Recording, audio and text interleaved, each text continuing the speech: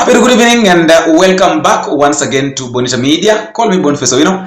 And if at all we are meeting for the first time, let me say thank you very much for clicking this video. Please don't leave without subscribing. I would also like to appreciate those who have already subscribed. If you already subscribed, thank you very much for the support that you've given me. And people like JBs, people like John, people like Caro, people like Lillian, people like Billion, people like Fox, LM254, Jefferson Siringa, people like, I really appreciate you guys. People like Jay, thank you very much. May God bless you.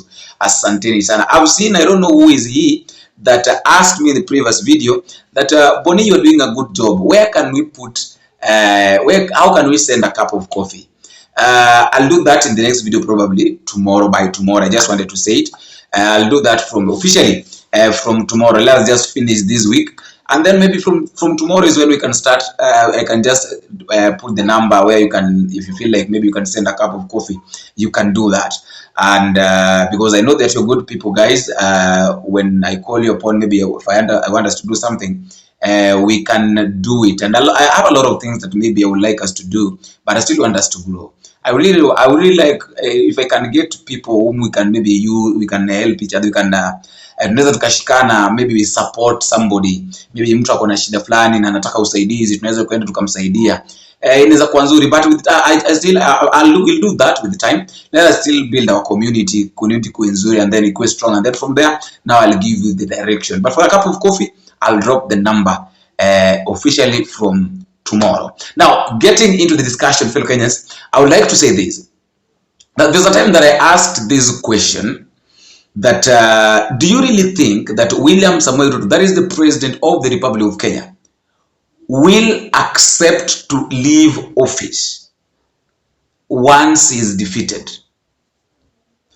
We know very well that election is going to happen in 2027. Ruto and his allies are really working so hard to find ways of maybe how he can be re-elected again in office. Some of them are giving suggestions that they want Ruto to work up to 2032. Some are saying that they're going to increase the years of the presidency so that William Ruto can work in office for as long as he wants. But that is not my biggest issue. My biggest problem is this. And this has been my biggest worry. Do you really think that William Samoei Ruto will accept to leave office, considering how he's speaking? Because today I've heard William Ruto saying something that he cannot accept. He cannot accept to give power to those who don't have direction. Hawa watu wengine hawana mpango, musipoteze na we cannot hand over to people hawana mpango. Ati mpango yao Ruto must go. Sasa Ruto must go itakusaidia na nini? Hujui vile vijana wetu watapata kazi, hujui vile kilimo itaendelea, hujui vile watoto watasoma, huna mpango ya ajira ya vijana, you have no plan to do anything. Alafu ni mtakubali hii story yao watu ambao hana mpango yoyote.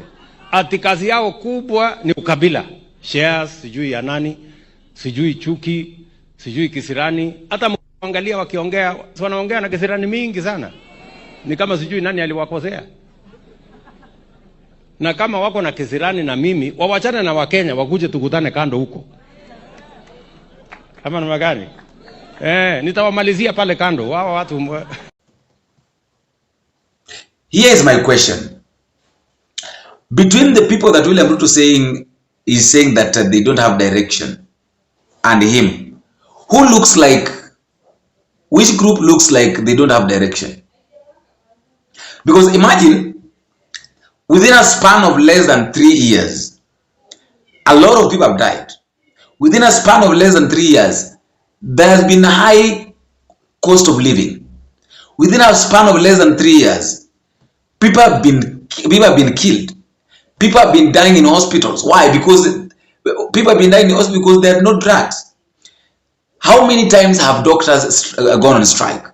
How many times have our teachers gone on strike? How often people have suffered because of lack of food?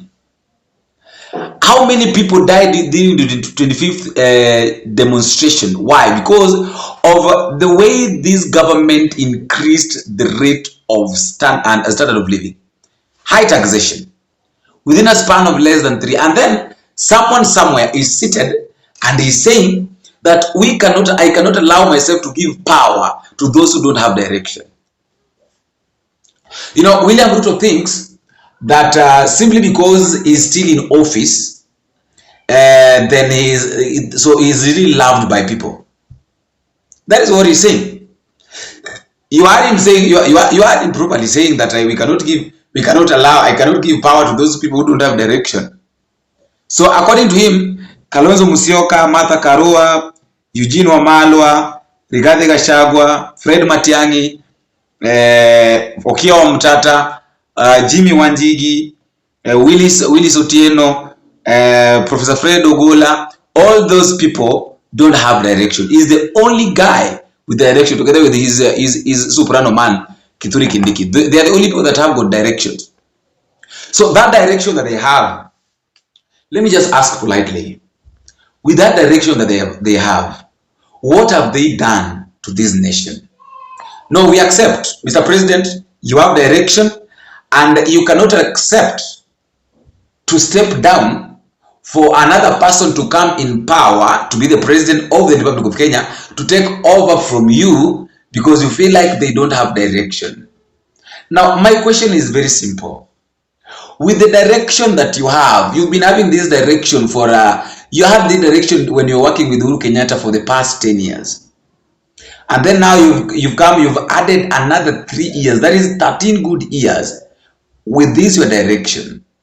So a simple question, with all this direction that you're saying, what have you done with it? Has it borne any fruit? Is there anything that we can be glad and say that with the direction that William Ruto is having, or with the vision that William Ruto has, he has done 1, 2, 3. These are the things that he has done. Are we in a position like, can we be happy? Like, are we in a position that now we can be very glad, we can be very happy, we can celebrate and say that William Ruto has done a very rebellious work? Is there any way? Is there anything that he has done? Is there anything good that can come from this regime? No, a very simple question. Up to this point, they started ruling back in 2022, 2023, 2024. We are in 2025. So I think by 2025 August, we'll be having something like 4 years, 3 years, 3 years of years. Let's assume that they started ruling in 2023. So 2023, 2024, 2025, 3 years. 3 years, Mr. President Kithure Kindiki and your entire party, or your entire CS, your entire office. Is there anything positive that we can say, we can conclude as Kenyans and say that since the president got into power, he has done 1, 2, 3 things, so we are happy, we can give him another chance so that at least we see, you know, I said, and I normally say that for you to ask for another chance, it means that you started something and people have seen what you started, and you really need another chance to accomplish it. For instance, you have a building. You started this building, and then along the way, you ran out of finance, because you know building is not easy. So after running out of finance, you paused and said that if I get money, I'll come and accomplish my house, or this house. And then all of a sudden you meet someone on the way, and you talk to this person, is a friend. Then you tell this person, boss, I started building my house, and during the process of building my house, I realized that I went bankrupt. Like I went down financially. Can you please assist me so that I can go and finish my house? You know, telling that person with the evidence, it will be very easy for this person to help you. Unlike someone who will meet another person, a friend, and tell a friend that I want to go and start building my house, but I don't have money. Who is most likely going to be helped? The person that have started, or the person that is yet to start? According to me, I think that the person who is going to be helped easily is the person that already started. So William Ruto has got nothing tangible, nothing constructive to show Kenyans that Kenyans, you gave me authority, you gave me power, or you elected me. These and the things that I've done. Please, I humbly request that just add me 5 more years to accomplish this. Now, if we Kenyans do a mistake, I'm sorry to say this, but if we Kenyans do a mistake of adding William Ruto another 5 years, how many people do you think are going to die? How many people do you think are going to be kidnapped, are going to be abducted? How difficult it is, how difficult is it, do you think that this life is going to be? If the finance bill 2024-2025 was a very big problem, we don't know what is in the finance bill 2025-2026, which I know is worse than the 2024-2025. And then now say we add this person another 5 years. So 2024, finance bill 2024-2025 was worse. 2025-2026 is worse. 2026-2027 is more worse. And then now again we elect Ruto in 2027. And then he comes again with the finance bill 2028-2029, 2030-2031, and then seriously, do you really think that it is easy to trust William Arap Samoei Ruto again? That is the question that I want to leave you for. That is the only question that I want to leave it with you, so that you can answer me at the comment section. That do you really think it's that easy to trust this guy?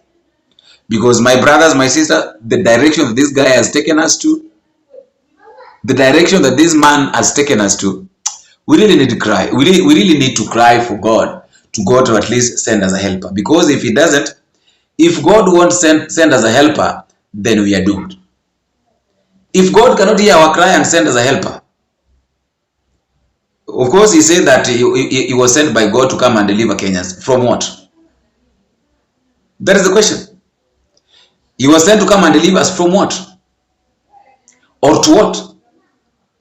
It's like you're trying to tell us that Moses was sent to deliver the people of Israel from Canaan to Egypt.